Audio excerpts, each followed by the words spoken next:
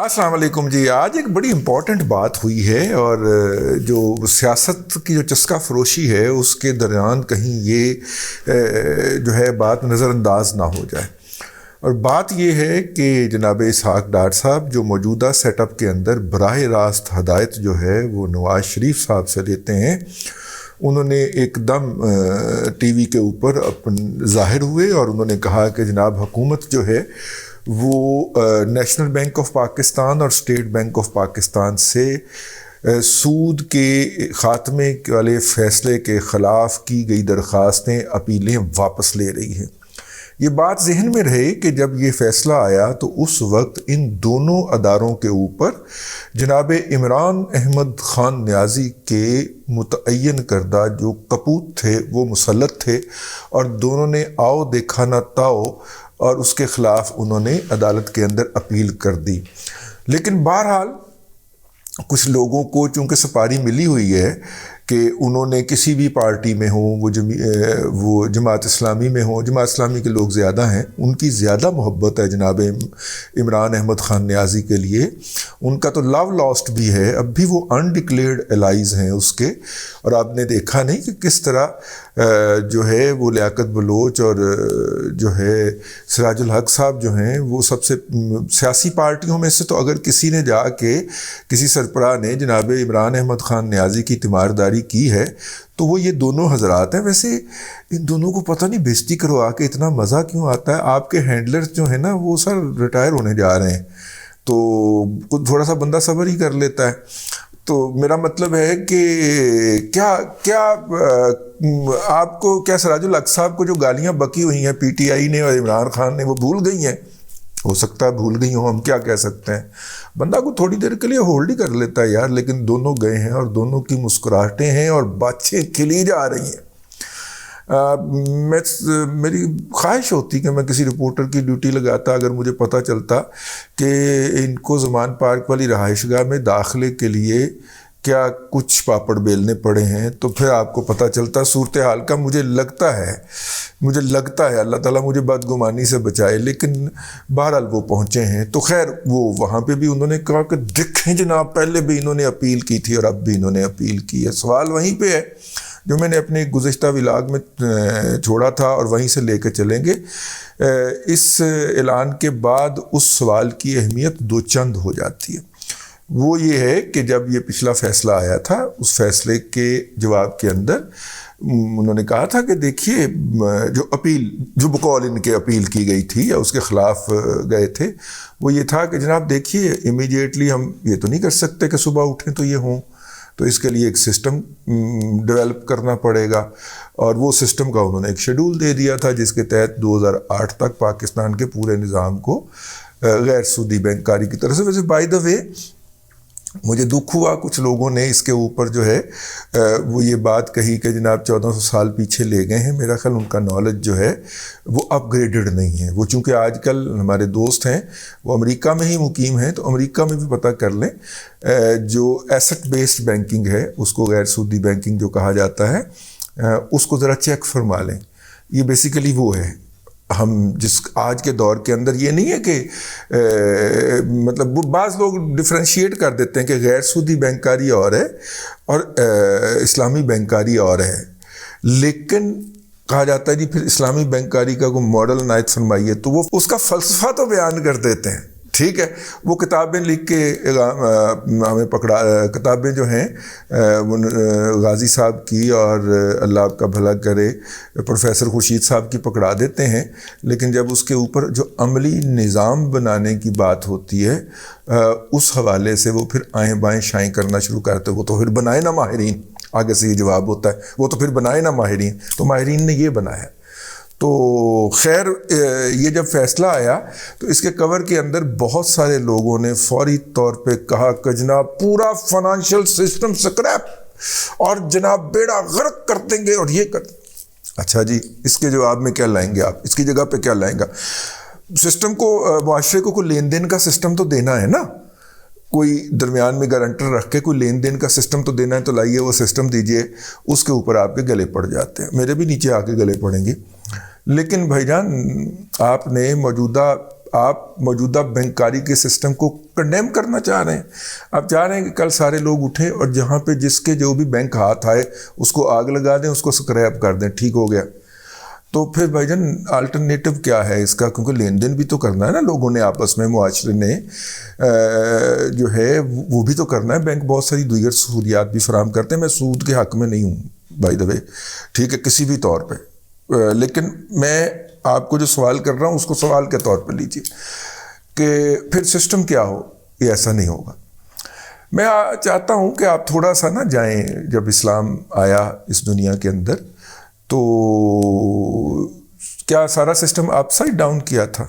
یہ تو ہمیں ملا بتاتا ہے نا, مولوی بتاتا ہے کہ سارا سسٹم اپ سائڈ ڈاؤن کر دیا تھا. انہوں نے تھوڑی بہت تبدیلیاں فرمائی تھیں, ٹھیک ہے, اور تبدیلیاں یہ تھیں کہ یہ پرکاشنری میئرز لے لو. یار یہ عرب میں رواج ہے کہ ایک ایک خاتون کے 7 ہسبینڈ ہوتے ہیں. نہیں یار, یہ اس کو نا ذرا ریورس کرتا, ٹھیک ہے, اور یہ 4 تک کی لمٹ لگا دو نا, بس اس سے آگے نہیں, ٹھیک ہو گیا. ایک خاتون کے 4 ہسبینڈ کی بجائے ایک مرد کی 4 بیویاں کر دو. یار یہ تھوڑا سا سلسلہ جو ہے وہ بہتر ہو جائے گا. اس طرح کے جو موجود تھا وہاں پہ نظام, اس میں تبدیلیاں کی تھیں. اس سسٹم کو یہ نہیں کہا تھا کہ خاندان کا سسٹم ہوگا ہی نہیں, اسی سسٹم کے اندر ہی تبدیلیاں کی تھی نا. تو اسی سسٹم کے اندر ہی تبدیلیاں کرنی ہیں. اہل علم کو اس بات کو سمجھنا بھی چاہیے, اس کے اوپر غور بھی کرنا چاہیے. اب جو انہوں نے اسحاق ڈار صاحب نے اپنی پریس کانفرنس میں فرمایا, اور مجھے اس کی بہت بڑی تکلیف ہوئی. انہوں نے کہا کہ جی ہماری اس دوران بڑی میٹنگ ہوئی ہیں جس میں تقی عثمانی صاحب اور دوسرے احباب شریک ہوتے رہے ہیں. اس کے اوپر مجھے میر تقی میر کا وہ شعر یاد آ گیا, میر کیا سادہ ہیں بیمار ہوئے جس کے سبب اسی عطار کے لونڈے سے دوا لیتے ہیں. جب سال 2000 کے اندر اس کے خلاف, 2000 تو نہیں آیا تھا لیکن 99 کے اندر اس کے خلاف بقول ان کے, ویسے یہ بھی دیکھنے والی بات ہے کہ اس طرح کے سارے فیصلے جو ہیں وہ غیر فوجی حکومت کے دور میں ہی کیوں آتے ہیں, یہ بھی دیکھنے والی بات ہے, ذرا سوچنے والی بات ہے, ٹھیک ہے. مطلب کہ اس کے بعد وہ اس کے خلاف جو اپیل تھی اس کا فیصلہ 20 سال کے بعد عین اس وقت آیا جب ایک ہم جمہوری حکومت آ چکی تھی. ہم درمیان میں ایک 10 سال کا 9 سال کا مارشل لا بھگت چکے ہیں. اس کے بعد ایک ہم ہائیبریڈ رجیم بھگت چکے ہیں. تو ہائیبریڈ رجیم ختم ہوتی ہے تو وہ فیصلہ آتا ہے, سمجھ گئے نا آپ. ذرا یہ بھی سمبولکل ہے, اس کو بھی دیکھنا چاہیے. لیکن خیر اس وقت جو شیڈول دیا گیا تھا کہ جناب اس طرح کر کے یہ چیزیں ہوتی جائیں گی, وہ شیڈول جو تھا وہ مشرف صاحب نے اپنے بوٹ کی ٹھوکر پہ رکھا. اس کے خیر شیڈول کو ٹھوکر پہ رکھا, لیکن ایک شریعہ بورڈ بن گیا اسٹیٹ بینک کے اندر. اس کے اندر جو تھے یہ تمام لوگ شریک تھے جن کا نام لیا ہے اسحاق ڈار صاحب نے اپنی پریس کانفرنس کے اندر کہ ان کے ساتھ ملاقاتیں ہوئی ہیں, اور اس کے نتیجے میں ہم نے یہ اپیل تو واپس لے لی ہے, لیکن ہم نے اس طرف جانا ہے نا, فائنل ڈیسٹینیشن کی طرف. اب بہت سارے علماء کرام جو ہیں جن کو منانا ویسے تقی عثمانی صاحب کی ذمہ داری ہے, جو یہ کہتے ہیں کہ جی موجودہ نظام, جو موجودہ اسلامی بینکنگ کا نظام جو ہے وہ پاکستان کے اس کو مسائل کو کور نہیں کرتا, اس کے وسائل کو کور نہیں کرتا. تو پھر کیا کرتا ہے, پھر کون سا نظام؟ بھائی اگر یہ کور نہیں کرتا تو پھر آپ کون سا بینکنگ کا نظام چاہتے ہیں؟ یا لے چلیں جی بینکنگ کو گولی مارے, بینکنگ کو بم مار دیں, میزائل مار دیں, غوری میزائل مار دیں, لیکن لین دین کا کون سا نظام آپ چاہتے ہیں؟ نمک پہ واپس چلا جائیں, کوڑیوں پہ واپس ٹر جائیں, کس پہ واپس جائیں؟ بتائیے تو صحیح, کچھ تو بولیے, کچھ تو پھوٹیے منہ سے, کہ ایویں ہی نعرہ لا دینا ہوتا ہے اور ایویں ہی کفر کے فتوے جڑ دینے ہوتے ہیں. کوئی نظام تو دیجیے نا حضور. یہ جو نظام, اس لیے عرض کرتا ہوں کہ یہ جو نظام ہے اس میں جمع تفریق ہوگی, ٹھیک ہے, نمبر 1. نمبر 2, اس نظام کے اندر کیا پچھلے 20 سال سے تو یہی امامین جو ہیں ہمارے یہ لگے ہوئے ہیں, اور آدھے سے زیادہ لوگ ان کے اس نظام کو اسلامی نظام ماننے کے لیے تیار نہیں ہیں جو اسلامی بینکنگ یہاں پہ ایگزسٹ کرتی ہے, ٹھیک ہے. حالانکہ اسلامی بینکنگ زیادہ ایکسپلائٹیو ہے کسٹمر کے لیے, ٹھیک ہے. صرف اس کو جنت کا لیٹر ہی ملتا ہے ساتھ میں, اس کے علاوہ اس کی ایکسپلائٹیشن ہی ایکسپلائٹیشن ہے, اور سودی بینک سے زیادہ ایکسپلائٹیشن ہوتی ہے اسلامک بینک میں ایون دین, چلیں اسلامک کا نام لگا ہوا ہے. سر یہاں تک تو آپ ہی لے کے آئے ہیں نا اس قوم کو, اس اسلامی بینکنگ کو, ٹھیک ہے جیسی بھی ہے. اب اسی اسلامک بینکنگ کے اندر کوئی تبدیلیاں کرنی ہے نا, تو پہلے جو آپ نے تبدیلیاں کی ہیں وہ کیا ہے؟ جو پہلے آپ نے ایک نیا سسٹم متعارف کروایا, شریعہ بورڈ اسٹیٹ بینک میں بنا, ان کے تحت اسلامک بینک کھلنا شروع ہوئے. ان اسلامک بینکس نے مختلف پروڈکٹ انٹروڈیوس کروائیں. ان پروڈکٹ کے نتیجے کے اندر یہ ہمارے پاس یہ سارا کچھ وجود میں آیا, جو کہ اس وقت ایک بائی دا وے پاکستان کے اندر جو اسلامک بینکنگ کے پاس ڈپازٹس ہیں یا بزنس ہے وہ سودی بینک کی نسبت بڑھ چکا ہے. یہ بات آپ نے ذہن میں رکھنی ہے. جتنے ڈپازٹس اسلامک بینکنگ کے پاس ہیں, اسلامک بینکوں کے پاس ہیں, جو بھی جیسے بھی ہیں اسلامک بینک اس وقت ملک خدا داد میں, وہ 50% سے زیادہ ہیں, 51% سے زیادہ ہیں. اور سودی بینکوں کے پاس جو ڈپازٹس ہیں, جو بزنس ہے, وہ اس سے کم رہ گیا ہوا ہے. ٹھیک ہے, لیکن اس کے باوجود بھی جو باقی جو 45%, 44% یا 41% جو سودی بینکنگ رہ گیا, اس کا بھی ہم نے رگڑا نکالنا. لیکن سر اگر آپ اس والے سودی نظام کو نہیں مانتے, ان لوگوں سے میرا ہے, تو اس کے جواب میں کوئی متبادل عنایت فرمائیے. وہ تو آپ سائڈ پہ یہ خاکسار کا ان کے لیے ایک سوال ہے. اور جو اس بینکنگ کو مانتے ہیں سر, یہ 20 سال کی جدوجہد کے بعد آپ یہاں تک پہنچے ہیں. تو اس کے اندر جو خامیاں ہیں, جو ایکسپلائٹیشن کا ایلیمنٹ ہے لوگوں کے لیے, حضور والا یہ تو آپ کی کنائیونس سے ہوا ہے نا. آپ ہینڈز ان گلوز تھے تو یہ سارا کچھ ہو گیا.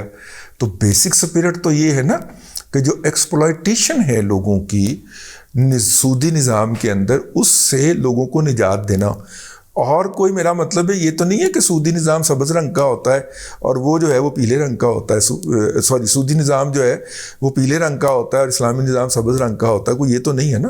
جو ایکسپلائٹیشن کا عنصر ہے, اگر وہ آپ کی دی ہوئی اسلامک بینکنگ میں بڑھ گیا ہے تو اس کا مطلب ہے یہ اسلامک بینکنگ نہیں ہے. پھر آپ نے کوئی اور حرکت فرمائی ہے. میں معذرت کے ساتھ عرض کر رہا ہوں, گلی محلے کا گلی کا فکرہ لے لیجئے. پھر آپ نے چول ماری ہے. تو اب آپ چاہتے ہیں کہ اس چول کی ذمہ داری کے لیے آپ کو مخاطب نہ کیا جائے کہ پہن ہے کہ چول ماری جائے, اس کے لیے آپ کو مخاطب نہ کیا جائے. آپ ایک نئے آرڈر کا کور لے کے تو یہاں پہ آ کے پوری قوم کے اذہان کے اوپر سوار ہونا چاہتے ہیں. نہیں سر, ایسا نہیں چلے گا. ٹھیک ہے, آپ کو بھاگنے نہیں دینا ہم نے.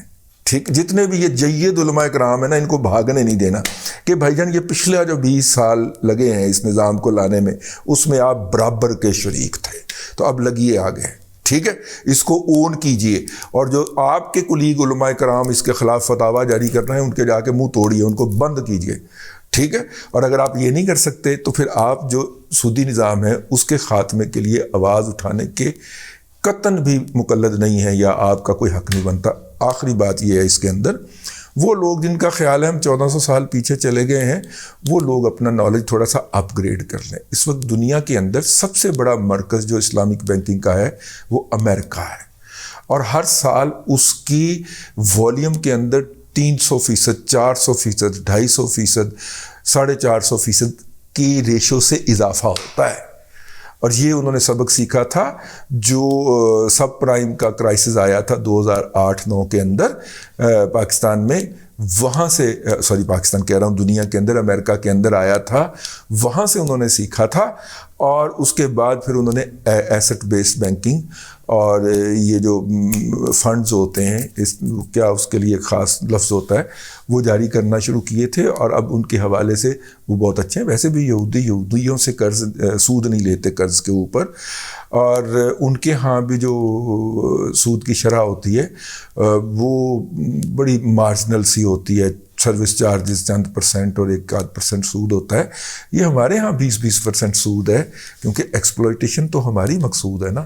تو اگر اسلامک بینکنگ بھی ایکسپلائٹیشن کا ایک انسٹرومنٹ بنتی ہے تو پھر وہ اسلامک بینکنگ تو نہ ہوئی. ٹھیک ہے, بہرحال یہ کچھ سوال ہیں, ان کو سوالات تک رکھا جائے, فتوے سے معاف کیا جائے, آپ کی بڑی مہربانی ہوگی.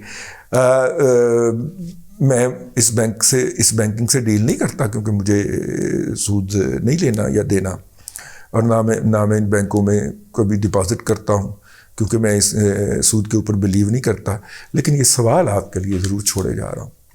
اب تک کے لیے اتنا ہی۔ اللہ تبارک و تعالیٰ آپ کو آسانیاں عطا کرے اور آسانیاں خلق خدا میں تقسیم کرنے کی توفیق عطا کرے۔